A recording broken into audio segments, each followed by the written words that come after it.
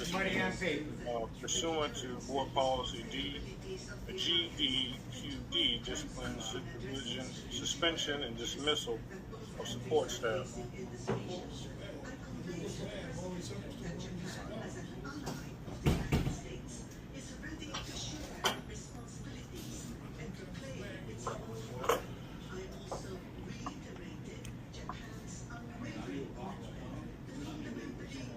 Apologies, we need to record this message here.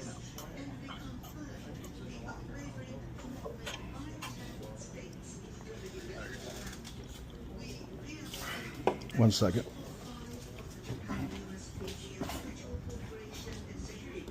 So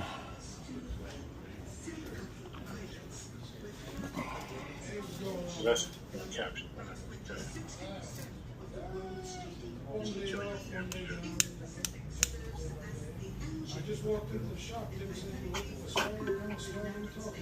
I'm sorry, Mr. Sevilla. You can let me know when you're ready. I'm ready. All right, thank you, sir. So, in accordance with board policy GD, discipline, suspension, and dismissal of support staff, we're holding a conference to discuss the January 2025 memo that you received, the letter that you received from HR. See evidence of fact that I would receive as an opportunity for you to present the counter arguments to anything that was determined in that letter regarding unprofessional interactions of an employee with an employee and conduct. So I am here to receive any evidence of fact that you may want to bring. Okay. Well, first of all, I have no disciplinary record whatsoever with the district. Never received any kind of warning, any kind of verbal counseling, nothing of the sort. I'd like the record to reflect that. Secondly, I never even so much as received any sort of employee handbook, and I most definitely didn't receive any training specific to how to handle a situation where me and my students were locked out of a building on 2 occasions.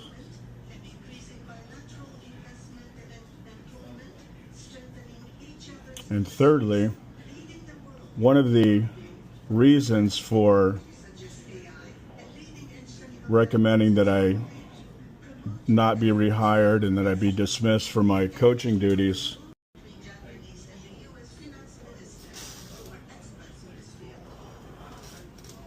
fourthly, prior to these incidents, I alerted you and your surrogates of a hostile work environment, as well as a well-documented campaign of retaliation and harassment. And I was ignored on all fronts.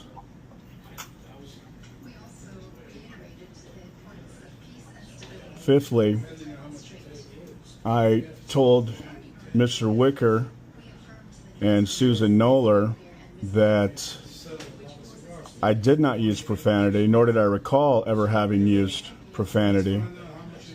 And I gave the parable of, when a man is upset, can you see his reflection in a pot of boiling water? And that was meant to describe the urgency of the situation, the emergency nature of the situation. And I described the incident truthfully and accurately to the best of my recollection in my meeting with Mr. Wicker. Sixthly, I didn't even know what the meeting was about. I was just told to report, and I was essentially ambushed without any sort of advisement of rights and what sort of recourse I may have had with regard to the meeting. No ability to prepare, nothing whatsoever. The meeting was hostile. There was an armed sheriff's deputy outside the room, and he simply read from a memo that I sent immediately after the incident on December 17th, which I did in responsibility as a mandatory reporter. I reported the incident immediately to my direct supervisor, which was Paul Calvert, on the day of the incident. Never heard back from him. Never heard from Mansa Joseph, nothing. So I've waited all this time to get a letter just before midnight on January 31st, 2024, which is a letter referenced by Tamara Turner, outlining the reasons why I, in effect, will be terminated and not even be allowed to perform my duties as an assistant baseball coach, volunteer.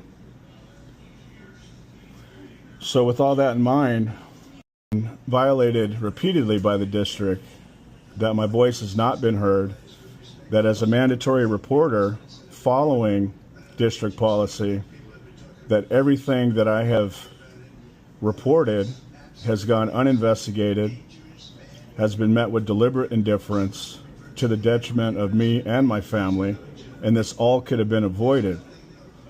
And finally, the incident prior to December 17th and on December 17th was absolutely manufactured.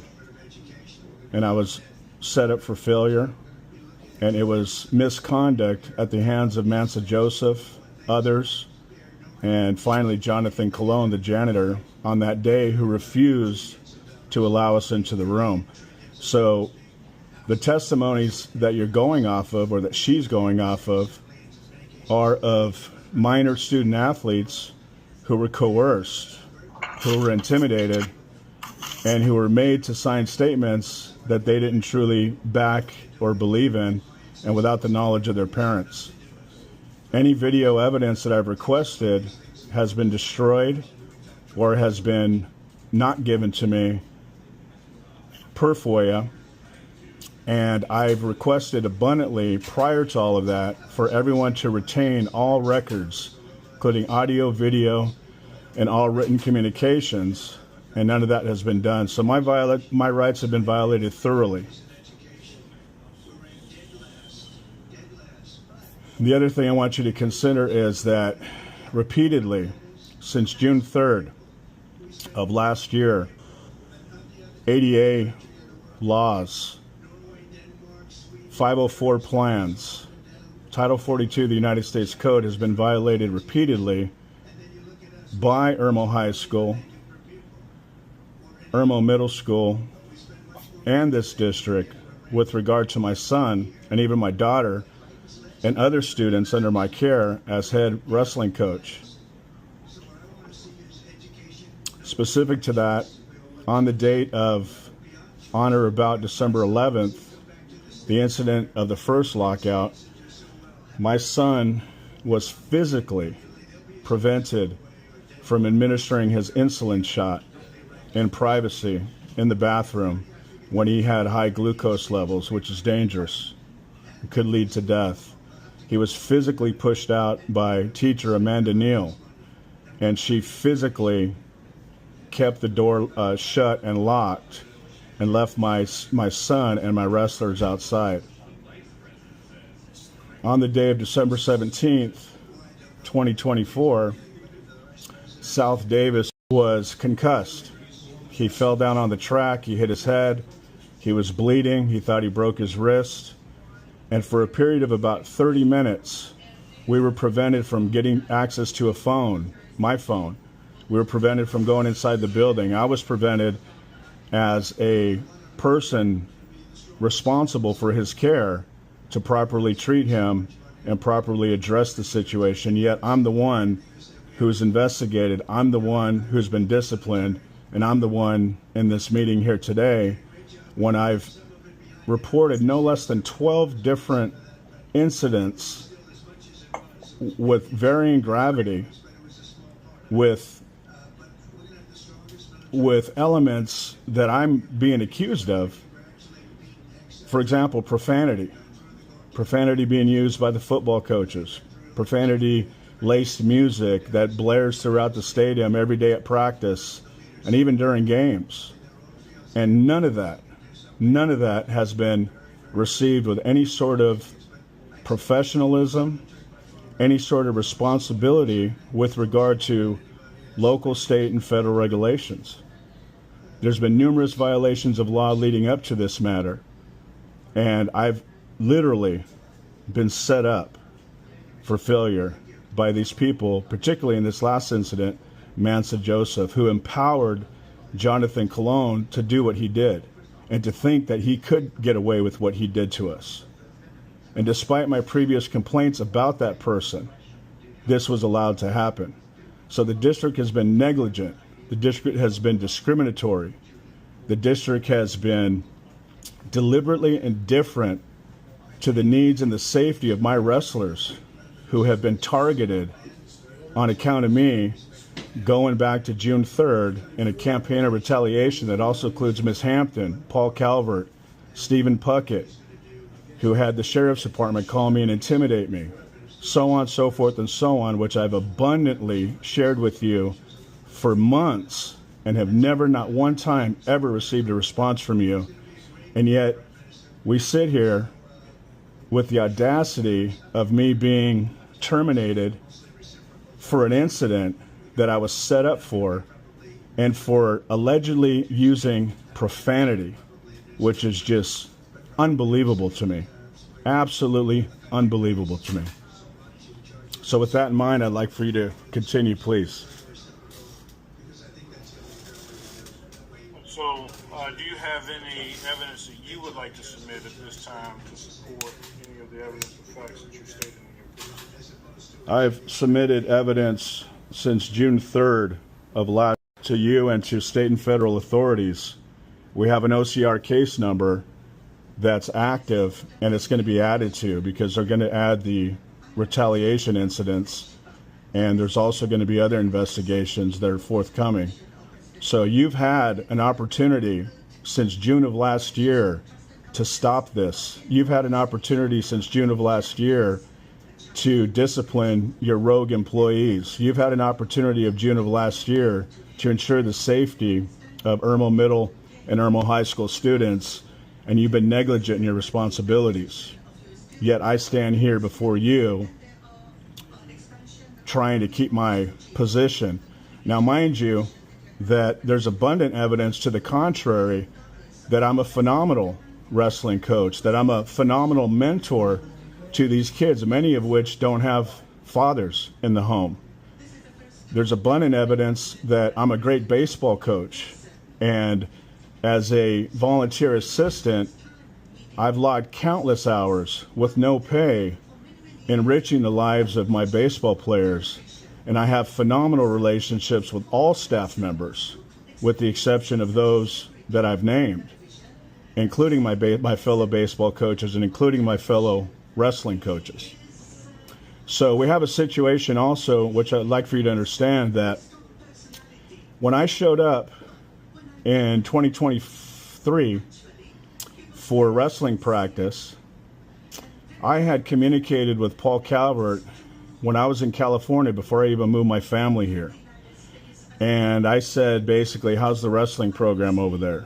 And he stated to me, we don't have a coach, we're looking for a coach, so on and so forth. So I started a line of communication with him, and I even started suggesting people that he could hire in the local area once I moved here. Then he invited me to complete the volunteer application, which I did. And when I showed up to the first day of wrestling practice, I was the only adult in the room with 26 plus wrestlers. And I called him and told him that. And he said, go ahead and run practice. And I became the wrestling coach without any sort of formal hiring process, employee handbook, orientation, training, none of that stuff. I didn't have any of it. We have a mat that's dangerous. We have a wrestling room that's dangerous. I didn't have any sort of help from anybody. And for 1 year, I coached that wrestling team by myself, 26 wrestlers, which was the largest number they've had in recent memory, probably in their history. and we had our most successful season ever. We sent 3 wrestlers to the state championships. I qualified my entire team for Area 5 and half my team for Capital Sectionals. This year, we surpassed in many respects our accomplishments of last year, even despite the interference that we incurred. And we sent, my son went to the state championships, and he was retaliated against at the state championships. I'm sure you've probably seen the letter with him pinning his opponent and not only not getting the call, but not even getting the points and not being able to advance in the state tournament. There's been numerous instances of retaliation against my son, myself, my family. And Gilbert High School is one example, one more recent example, which I'm addressing with them as well, and as well as Gilbert Police Department. So with that in mind, number one, I don't have to coach. I never had to coach. That's not what I came here to do. I've always been a coach. I've coached for more than 40 years. I coached when I was in high school. That's when my coaching career started. I just want good coaches to turn my kids over to. But the lot fell upon me, and I took that responsibility, and it's been a wonderful journey. I love my kids. I love their parents. They love me. Everything's great. You saw some of the support that I have. That's just the tip of the iceberg. But I never set out to coach. And the crazy part about it is that you can take my coaching position away. You can take my $3,400 stipend. But what you can't take away from me is these kids and the relationships that I've built and the impact that I've had in their lives. And not only that, all you're doing is giving me more time to fight this fight. This is very unnecessary. This has had a tremendous impact upon my kids. Mr. Joseph doesn't say hi to my kids, doesn't say hi to my daughter. Paul Calvert Karen Hampton shines us on constantly. Coach Brand, my son is known for going to all the coaches after practice from day one until the end of the season, shaking their hand after practice and thanking them. And they're like, what are you thanking me for? Well, coach, for being here. That's the kind of kid my coach is. And that's the kind of father I am. And that's the kind of coach that I am. So this is all amazing to me because we didn't come to California to change Irmo. We didn't come here for controversy. We didn't come here for scandal. We didn't come here for any of this. And all of this has fallen upon us because of Aaron Brand, because of Karen Hampton and her inability to manage the situation, because of Paul Calvert and his inability to manage the situation. And it's snowballed from there.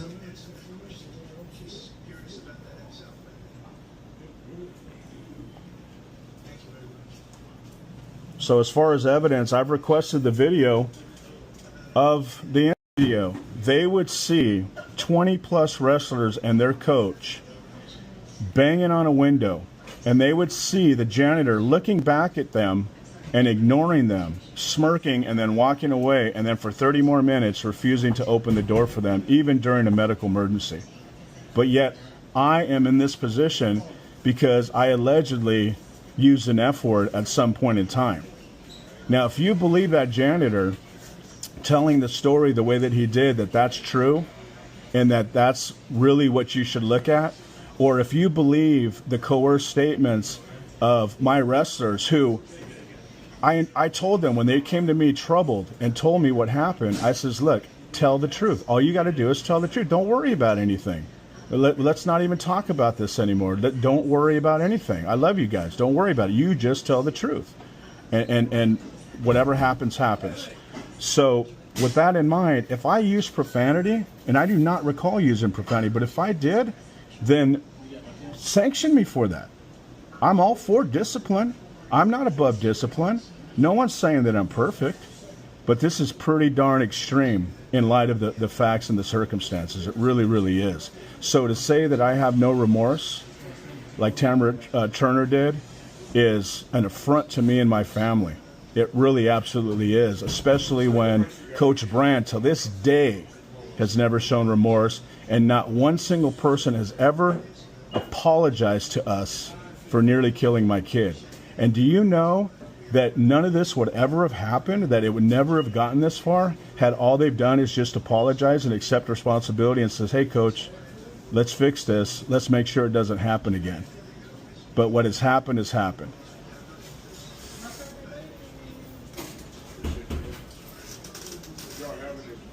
So with do you feel like you've had the opportunity to submit everything that you would want me to consider that you have access to? There are some matters of OCR that you mentioned, some Title IX issues that we have to investigate. 4 year matters before the district in terms of the employee matters that we're considering outlined in the January 2025 letter. Do you feel like there's anything else you need to consider? No, just that I've sent you numerous correspondences since June of last year. I don't know if you've read them because I've never received a response. So I've abundantly laid out the facts leading up to this day. So with that in mind, that is my evidence. Thank you, sir. You will receive notification from me. We'll consider the points that we made in the transcript of this meeting and then respond to you in writing. Okay. Thank you, sir, for your time.